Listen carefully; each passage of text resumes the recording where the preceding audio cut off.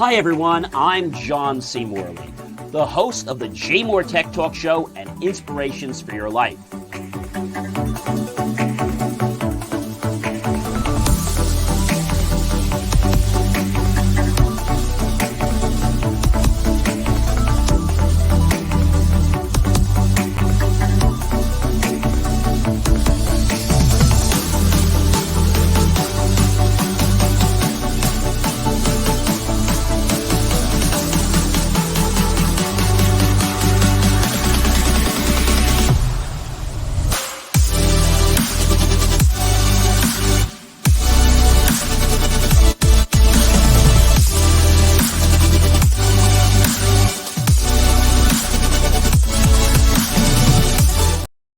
Hey guys, it's John C. Morley here, serial entrepreneur. Welcome to the JMOR Tech Talk Show. Another fine Friday evening here. And I can't believe, ladies and gentlemen, we are on the last Friday of March. That like blows my mind. All right. If you're new here, simply just launch your camera app, point over the QR code like so, touch the yellow lips. You'll get my link to lots of great information, JMOR Tech Talk shows, and so many other great things, my articles, and so much stuff. Let's just get right into this episode because I've got so much to share. First one is Amazon. All right. So Amazon, I guess, is tired of people that are selling product that is getting returned. So they're actually adding a label, if you will, to products that are frequently getting returned. So Amazon adds this new they call it frequent return label, and it's designed to help people that are buying a product. They think it's good, but now the manufacturer may not be managing, their quality control, or it could be logistics, whatever. But here's what it is: it's a yellow, like a border in yellow, and one side has a little bit more yellow, and then it's like the thin yellow line around, and then it's in bold black, frequently returned item. Check the product details and customer reviews to learn more about this item. And that's in black, but it's italicized. And it's kind of like in this, I don't know, it's kind of like a light color. So it's not a white. If I was gonna, it's not really a peach, but it's lighter than a peach. But it's meant to just give you, like a contrast. So Amazon introduced this new warning label on its platform, and it flags frequently returned items to consumers. The move is aimed at reducing the number of returns and helping buyers avoid low quality or, like we said, misleading products. The label has appeared on a few third-party listings fulfilled by Amazon already, with more expected to be added. And the online retailer has not, unfortunately, disclosed when the label will be widely available or whether it will be rolled out globally. So the move follows a public display of the number of units of a product that has been sold, which was released by the Amazon earlier. So again, as you know, when you return too much, they penalize you. But now they're starting to realize that it wasn't the consumer that's the problem. It really is the vendor. So I do gotta have to give Amazon kudos. I rarely do that. My big frustration with Amazon is every time I call them and I need to speak to a US person, it's like really hard. And I had to do this the other day, and usually they'll transfer you like, "Oh, I'm sorry, I can't transfer you." I think they're just doing this to be spiteful because they can transfer. It's like they just want to screw with us. I really believe this. I don't think that they're not able to transfer, but they're like, "Oh, we don't want to get you a US person." They just want to make your life harder. So again, I'm not happy with that. But let's face it, Amazon hires cheap labor. All right. We've been talking about this company for a long time. TikTok. They may get banned. Use TikTok a little bit, but I have to tell you, I am a little disappointed with TikTok. There was a gentleman, as you know, the CEO, and he was really getting grilled by Mr. Shao Chu. He was getting grilled from lawmakers on Capitol Hill recently.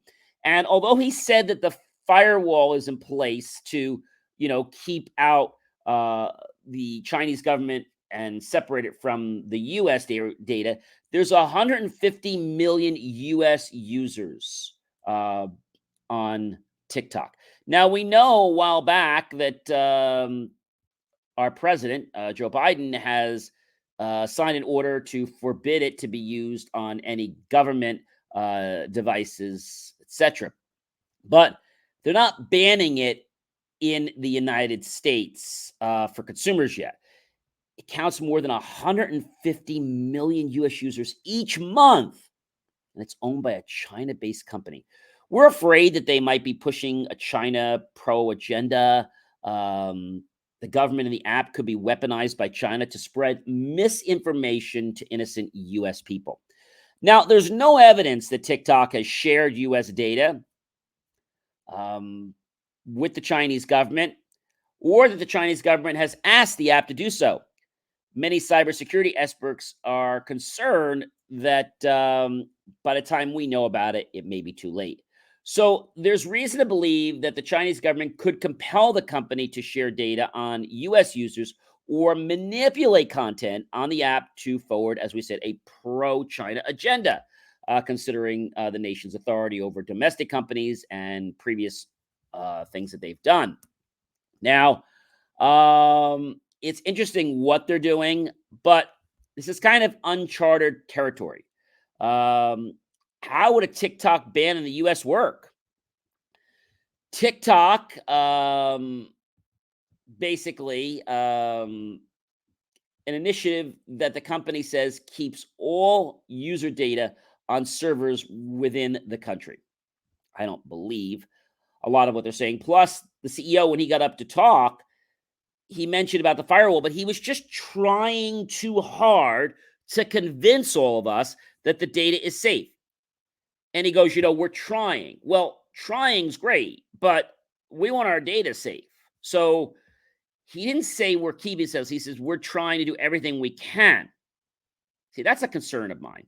And he was really putting too much effort in what he was doing in his actions to want to convince us. If you're innocent, then it should be easy and natural. Today, all new protected US user data is stored exclusively in infrastructures in the United States. And today, all access to that environment is managed exclusively by TikTok US, data security team led by Americans in America, the company had mentioned. But I don't know. It's very interesting.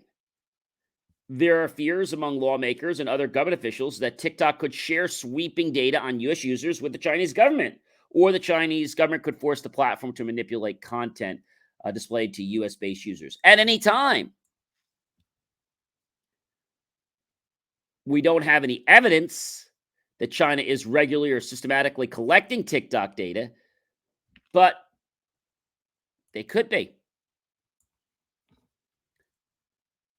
TikTok currently faces bans in other places, and it's very possible that it could be banned in the United States. The TikTok CEO, Xiao Chu, pointed to the lack of evidence during the 5-hour testimony before the House committee not too long ago. And I quote, "I think a lot of risks that are pointed out are hypothetical and theoretical risks," Chu responded. Quote, "I have not seen any evidence." So, yeah, he's speaking like a lawyer. And so the Republicans and the Democratic lawmakers were not convinced. In fact, the Republican Dan Crenshaw and Republican from Texas closed the proceeding with a line of questions focusing on potential data sharing between TikTok and the Chinese government. And they said, and I quote, "Maybe you haven't done it yet," addressing Chu from Crenshaw. Quote, "But my point is that you might have to," close quote. If you want to know why Democrats and Republicans have come together on this, Crenshaw added, that's why, close quote. So it's just when I saw his eyes, the first thing that I could notice is they were very wide open. And when that happens, that indicates concern. And the only thing he's concerned about is losing a lot of money. Let's face it, when they lose money, they get really resourceful. They lie, they cheat, and they steal many people. So the track record of China and TikTok is a possible reason for distrust. And despite a lack of evidence for national security, the threat posed by TikTok remains a legitimate theoretical concern since China has shown a previous willingness to exploit users' data. We know China is very aggressive when it comes to spying, but the question is, what do we have now? Not too long ago, the U.S. military shot down a Chinese spy balloon off the coast of South Carolina, ending days of travel that took the balloon across the continental United States. Was that a mistake? An accident? I don't think so. Under Chinese law, and I quote, the government could force TikTok parent company ByteDance to turn over U.S. user data and manipulate content displayed on the app. Cybersecurity experts have said, noting that a lack of transparency makes it difficult to determine whether such a request has already taken place. Now, there would be a paper trail necessarily, or would there not be one? And I'd have to say, there probably would not be one. And that's the real scary part. There would not be a paper trail. TikTok has repeatedly denied sharing U.S. user data with the Chinese government or receiving a request along these lines. The company in the past has provided misleading information on relating experts, so we already know that they lie. Quote, TikTok has documented a history of saying one thing and not always being accurate about that information, per Burley Dansman. And I think we need to be vigilant as U.S. citizens. And Chu said something, and I quote, trust must be earned through action, not words. I agree, Mr. Chu, but right now, the actions of China really are going against what you're trying to convince us, which is that they're innocent. In my humble opinion, even though I use it very minimally, I think TikTok should be banned. I think there are just too many variables.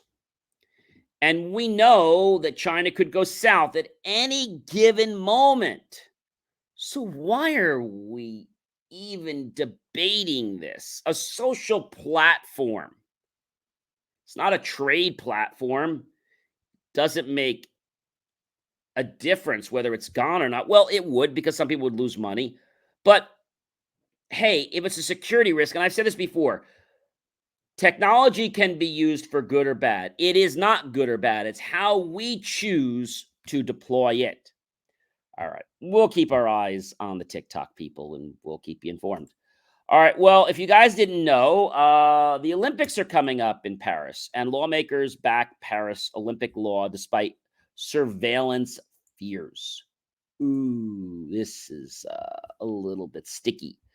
So, a proposed law for the 2024 Paris Olympics had critics attend with the opening the door for privacy busting video surveillance technology in Europe, and it has passed an important hurdle right now. Paris has proposed a French law for the 2024 Paris Olympics that could be a problem with privacy. And the bill will legalize the temporary use of so-called intelligent surveillance systems to safeguard the Paris Games, which run, as you guys know, next year from July 26th to August 11th, and the Paralympics that follow. The systems will combine cameras with artificial intelligence software to flag potential security concerns, such as abandoned bags, packages, or crowd surges.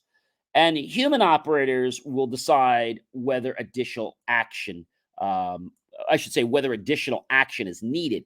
Now, French authorities insist the surveillance would not involve any facial recognition. Supporters of the bill argue that the technology could help avert disasters like the deadly crowd crush that killed nearly 160 people during the Halloween festivities in South Korea in October. And as I quote from the Interior Minister Gerard Darmanin, it's not about recognizing Mr. X in a crowd. Okay. It's about recognizing situations. And, that makes a lot of sense. So the Senate overwhelmingly approved the draft by 245 to 28. And the National Assembly followed suit with 400 to 93 in favor. The French government's sports minister, Amélie Oudéa-Castéra, hailed as an essential step. Now, the draft is now slated for further fine-tuning by the Assembly members and senators before its final adoption that's expected in April. Now, digital rights watchdog groups argue that France will violate international human rights law by becoming the first of the European Union's 27 countries to legalize AI-powered surveillance, even if just temporarily. The bill says that the technology can be used on experimental basis to the end of 2024 for the purposes only to safeguard sporting and cultural events in France that are particularly at risk of being targeted by terror attacks. So the technology risks permanently transforming France into a place of a surveillance state and will lead to an all-out assault on the rights to privacy, protest, and freedom of assembly and expression. This is a problem. According to Hekabayan, it has also been well documented that the hostile surveillance technologies are disproportionately used to target marginalized groups, including migrants and Black and brown people, close quote. So this is an issue. It's a big issue. And my question is, after the Olympics end, are they going to just make up some other law that says it's okay to keep this in place? I don't know. I have a problem with how it's being put together. And although the AI data is supposedly going to go away, we know AI data doesn't go away. They're going to be using the cloud, and the data is going to stay in the cloud years after the Olympics. We know they can't run a system like that all in-house. They've got to have a data center. It's got to go through a cloud, and they got to use Google or somebody. And I'm sure someone's going to have their hand in the cookie jar for some money. Maybe not now, maybe not tomorrow, maybe not next week or next month, but it could happen in the future. All right, ladies and gentlemen, let's talk a little more. So we've got this really cool thing happening. Feel the force. Hamill carries the Star Wars voice to Ukraine. This is really cool. A downloadable app that has been voiced by Star Wars actor Mark Hamill and is triggered when air raid alarms sound in the Ukraine. That's pretty neat. It's a surreal moment in an already surreal war. The grave but a calming baritone of actor Mark Hamill, Luke Skywalker, I'm sure you all know of Star Wars, urging people to take cover whenever Russia unleashes another aerial bombardment on the Ukraine. The intrusion of Hollywood science fiction fantasy into the grim daily realities of war in Ukraine is a consequence of Hamill's decision to lend his famous voice to Air Alert. Again, a downloadable app linked to Ukraine's air defense system. And when the air raid sirens start howling, the app also warns Ukrainians that Russian missiles, bombs, and deadly exploding drones may be incoming. Don't be careless. Hamill's voice advises your overconfidence is your weakness. So I think it's nice that he's doing that. I don't know if he's just doing it out of the the kindness of his heart or if he's getting paid for it. I'm not really sure. But I think it's hopefully going to give people a different perspective, right? Sometimes. So people love Star Wars, and hopefully this is going to get them to pay attention to the alerts to hopefully save and protect their life and those they care so much about. All right, guys. When we think about, what's happening in life, and so one of the big things happening in life right now is, you guessed it, ladies and gentlemen, Tesla. Yes, Tesla. So Tesla, the U.S. is opening an investigation into Tesla's seatbelts coming loose. Uh, the U.S. highway safety regulators have opened, yes, another investigation into the problem with Teslas. And this time it's tied to complaints that seatbelts may not hold people in a crash. That's pretty bad for $150,000 car to not be able to at least keep you in your seat. And we heard about the challenges a while ago where EU-tainment system um, basically just smokes or goes on fire because a cooling fan doesn't start. That already clinched me from not wanting to buy that car. I already made a decision to go to another car. Uh, I think, what they're talking about is the fact that, the belt linkage and the pretensioners, which tighten the belt before a crash, are anchored to the seat frames. And the complaints allege that the linkage and the pretensioner separated from the frames when the vehicles were driving and force was exerted. That's pretty bad. Now, the agency says, and I quote, it's opening the probe to look into Tesla's manufacturing process and how often the problem happens and how widespread it is. Close quote. So, this is really serious. I mean, this is like not the first problem that we have noticed with Tesla. So, my question is, are things going to get better or are they going to get worse?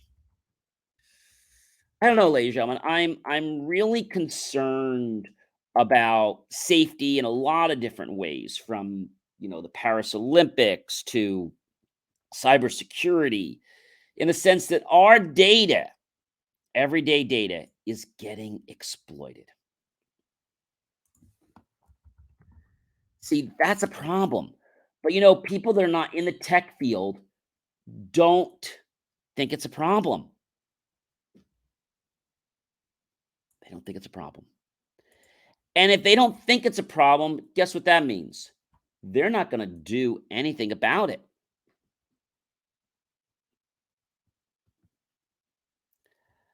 I don't know. I think we're going to have to wait and see, what's going on. But I can tell you this, ladies and gentlemen, everything is done for money. Okay. Um, it's a problem. And so if we were to be able to, let's say, pinpoint where data is being exploited, shared, leaked, right? It's at that moment that I believe that people would take it seriously. Well, you might say, John, well, why aren't they taking it seriously? It doesn't affect them. It doesn't affect them. Why?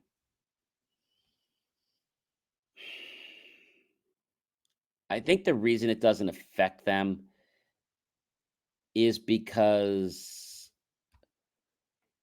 they just don't understand what it's about. Now, ladies and gentlemen, that's not necessarily a bad thing. That's just people don't know what's going on. And if somebody doesn't know what's going on, I can't blame somebody and say, hey, that's their fault because maybe they're not interested. So it is the manufacturer's responsibility to disclose this type of information. I mean, that's what I want to say is the main thing. But nobody really cares about that main thing until there's a problem. Until there's a problem. Think about that for a moment. All right. So the FTC wants to make it easier for you to cancel subscriptions. That's pretty cool. The click to cancel requirement would make it as easy to cancel a subscription as it is to sign up. So the FTC, the Federal Trade Commission, wants to make it simple with no pain, no hassle to cancel free trials, subscriptions, and other recurring payments. The FTC proposed a so called click to cancel provision and other rules that aim to rescue quote unquote consumers from seemingly never ending struggles to cancel unwanted subscription payment plans. I had a client the other day and she got a bill. I'm not going to mention the name of the company for some software that she canceled years ago. And they claim they forgot to take it out of their system. The FTC chair, Lena Khan, said the proposed rule, quote, would require that companies make it as easy to cancel a subscription as it is to sign up for one, close quote. That, ladies and gentlemen, would be amazing. And you see, companies know you can get in easy, but you can't get out easy. I can't tell you how many times I've gotten an email, even though I don't get very many spam because of our technology. And they sent me an email and they voided the canned spam act where they didn't have their address. They didn't have an easy one click unsubscribe. And a lot of these companies don't have the one click unsubscribe. They make you go back to a website and log in and have to know a password. That's not right. Now, under this rule, companies would be required to let customers cancel a subscription in no more steps than it took to sign up. A simple click. They'd also be required to get permission before showing additional offers when customers try to cancel a subscription and send annual reminders before automatic renewals occur. That's great. Now, the proposed changes would have wide ranging applications from newspapers, gym memberships, to all subscription features in all media. And according to the FTC's fact sheet, subscriptions purchased over the phone, on the internet, in print, or in person would be regulated. Now, companies would have to allow for cancellation by the same method in the same number of steps or fewer. The FTC will be accepting public comments on this, and it'll be very interesting to see, what's going to go on. So they'll have a 60-day comment window that will open. So definitely, stay tuned on that. But I think the big issue, ladies and gentlemen, is that companies exploit people. Could be seniors, could be anybody of any age. And they know that once you sign up, oh, it's a hassle to cancel. We have cable companies right now, right? This should be illegal. Your bill is one price. Next year, your bill is double. Well, what happened? Oh, well, your price went up. The promotion, dropped. What kind of nonsense is that about? Like, really? Oh, yeah, we automatically revert you back to the non um, promotional price. That's terrible.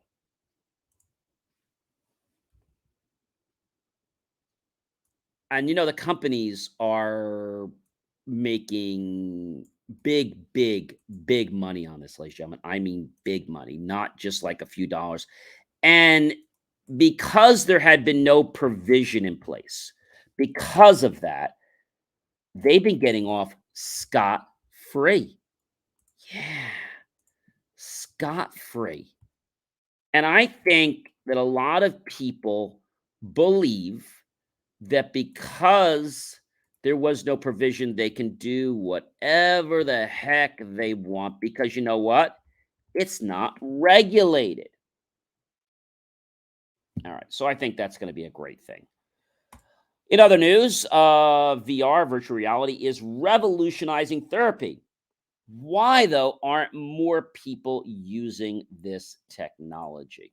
That's a great question. Um, it's not because the people are anxious, but there's one thing that is causing an issue, and it's scaring people, and that is needles. So people have aversions severe enough to hold them back from getting a routine test, um, and lots of issues.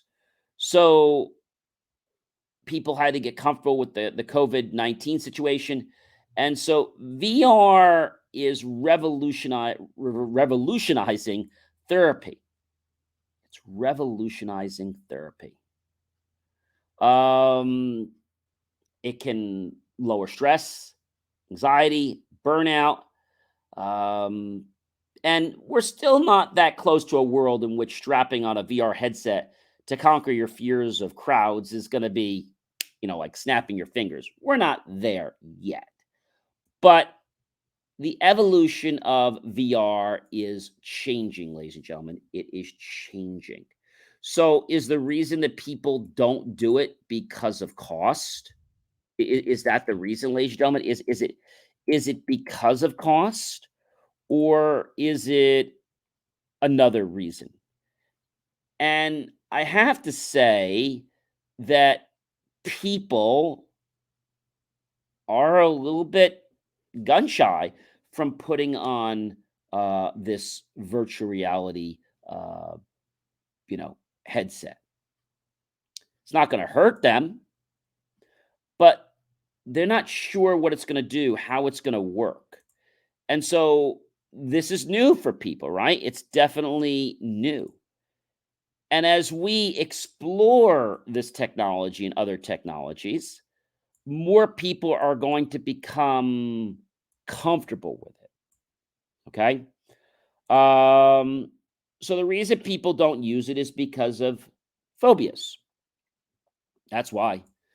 We know that the metaverse by Facebook, Meta, whatever you want to call them these days, is a virtual world that is designed to replicate and stimulate the experience of the physical world through digital means. Now, we've learned many years ago that when we had the three basketball players, do you guys remember the three basketball players or the three basketball groups? The three basketball groups and practicing. Remember that? One was virtual, one was actual. Do you remember that? And the thing is this, the team that actually practiced on the court and the team that practiced in the study hall by using their minds and closing their eyes actually got very similar results because the same neurons and dendrites were firing.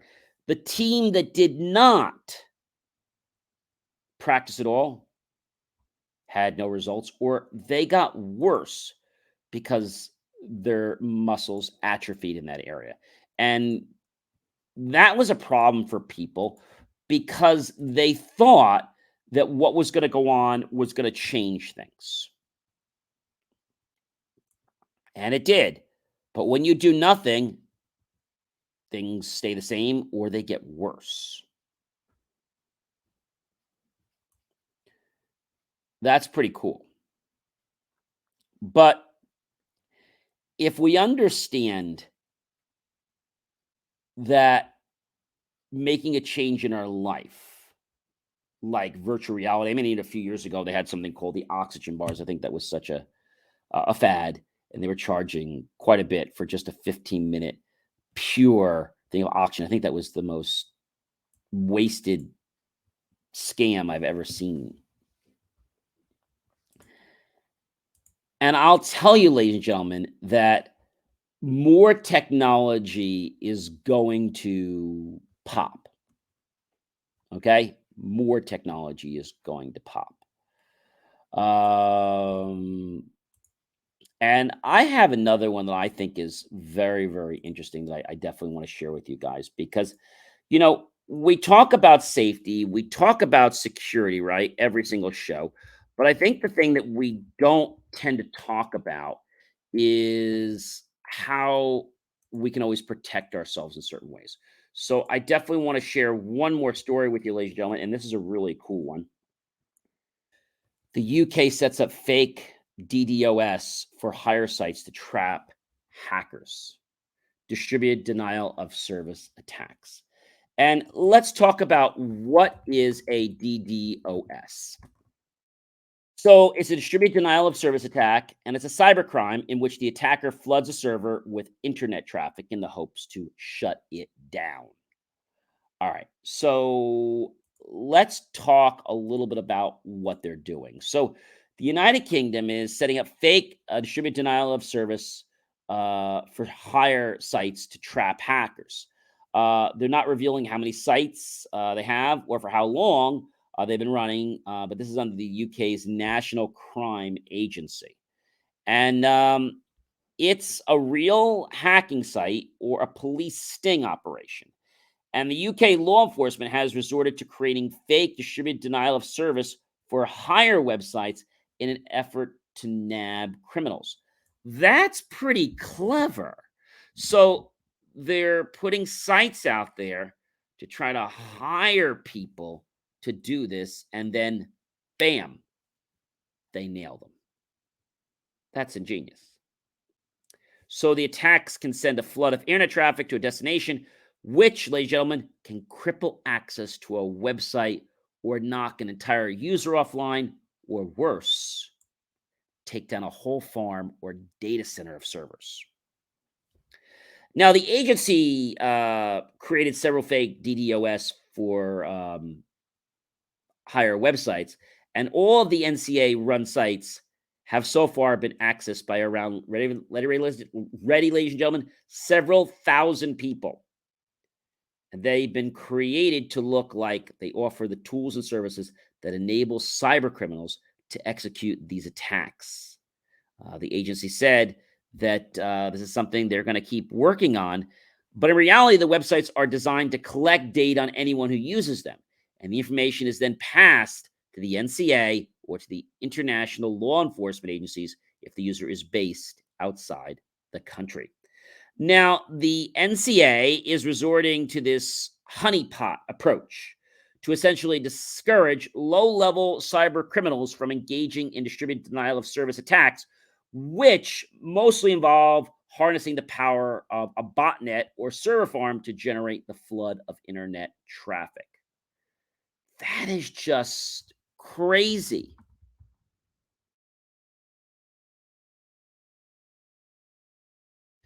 Can you even fathom that they would do something like that? So the NCAA, in case you know, is the National Cybersecurity Alliance. Traditional site takedowns and arrests are a big component of law enforcement and the threat. However, with this new type of capability, they're now able to take a sit, wait, and then when the damage happens, go after someone. Because when they start seeing them interact with the site, now they monitor them and they pretty much apprehend them. To back up the warning, the NCA says it recently decided to publicly reveal that one of the disguised distributed denial of service for hire websites is indeed a police operation. The agency did so by replacing the site with a splash page warning users that their data has been collected and they'll be contacted by law enforcement. Oh, ouch. So here you are trying to go to a website and you put everything in there and you just put all your information in, and suddenly you get this big screen on there. This site was created and controlled by the National Crime Agency. And the National Crime Agency collaborated under the Operation called Power Off to target users of criminal distributed denial of services. The DDoS attacks are illegal in the majority of countries, and the National Crime Agency has collected substantial data from those who have accessed this particular domain, and they will share this data with international law enforcement for action. Individuals in the United Kingdom who engage with this site will be contacted by law enforcement. The National Crime Agency has been and will run more services like this site. Operation Power Off has already resulted in the arrest of numerous individuals and continues to ensure that users are being held accountable for their criminal activity. Kudos, kudos, kudos. I think that is amazing. I think maybe we need to do stuff like this for ransomware and just keep stepping up the game, right?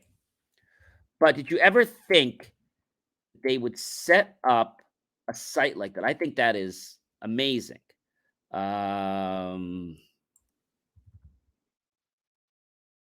I got to tell you, it's pretty hot. And this is not to be confused with, they call it the big power off. That's different.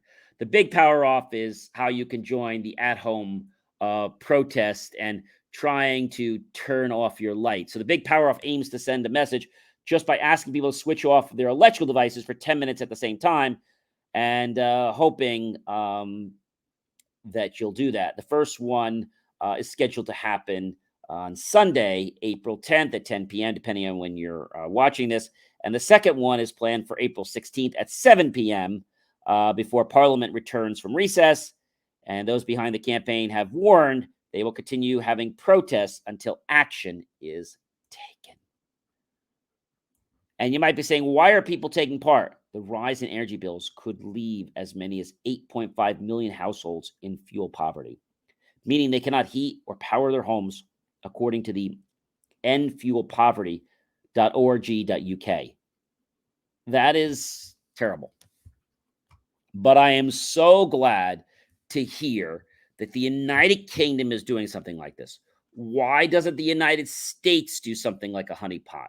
That is amazing. Ladies and gentlemen, do you know who I am by now? Sure you do. I'm John C. Morley, serial entrepreneur. It has been an amazing privilege, a pleasure, and an honor to be with you. I hope you guys have a fantastic weekend. And the next time you see me, it's going to be April 7th, the first Friday of April. And you know I'll have some more great tech stories, updates, and information that you're going to want to see. Incidentally, if you want to be a guest on the JMOR Tech Talk Show, just go to jmor.com, click on Reach Out Today, apply to be a guest, and we'll review your application. Incidentally, if you're asking yourself a question of should I be a guest or not, it's real simple. Are you looking to provide value to myself and to the viewers and listeners of the show? Are you coming on here with the intention, okay, to mislead or sell people a product or service? Are you coming on the show because you just want to give false information? So if the answer to the first question is yes, you'd be a great candidate. If the answer to 2 and 3 is yes, you would not be a good candidate. Ladies and gentlemen, I'm John C. Morley, serial entrepreneur. Have yourself a great weekend. We'll see you again on the JMOR Tech Talk Show. Check out BelieveMeAchieve.com for more of my amazing content to inspire you to become a better version of yourself. Have a great weekend, everyone.